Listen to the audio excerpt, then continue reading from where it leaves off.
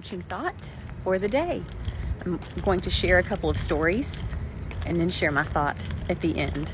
So this week, I've just had a good reminder in the last couple of weeks, because there was one meeting with for one PLC group, one team group that I was meeting with, and I was leading some work for them about data, about subgroups, about how we're reaching all students, all that good stuff. And I met with that team leader in advance, and we discussed, exactly what it was going to look like, the steps I was going to go through in leading them, what she anticipated, might come from that work. Fantastic meeting with the team. Fantastic. It was great. This is very much the kind of work that I go through with all of our tested teams, and I lead this same process with them.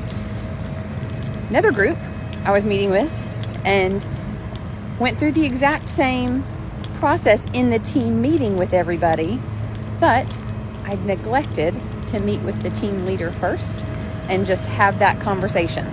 So here's the lesson and the reflection and the reminder for me, even somebody who's been at this for a little while, is when you are scheduled to go to a team meeting with a group of teachers, be sure to meet with the team leader first.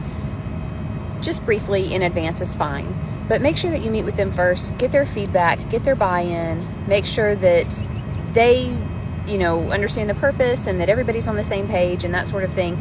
Even if it's the same canned thing that you were doing all the time with all the groups, it just works out better and turns out better with those teachers. So, friendly reminder to make sure and do that, because again, it was just funny to me how different those experiences were, and I know exactly why. And the thing is, even if I had had that same conversation, I know with the team leader of Team B that I shared about, that I had with Team A, that whole team meeting just would have been better. There wouldn't have been as much pushback. There wouldn't have been, the cynicism or just that sort of thing. So I'm in here with you all, learning and remembering good practices as instructional coaches, right along with you.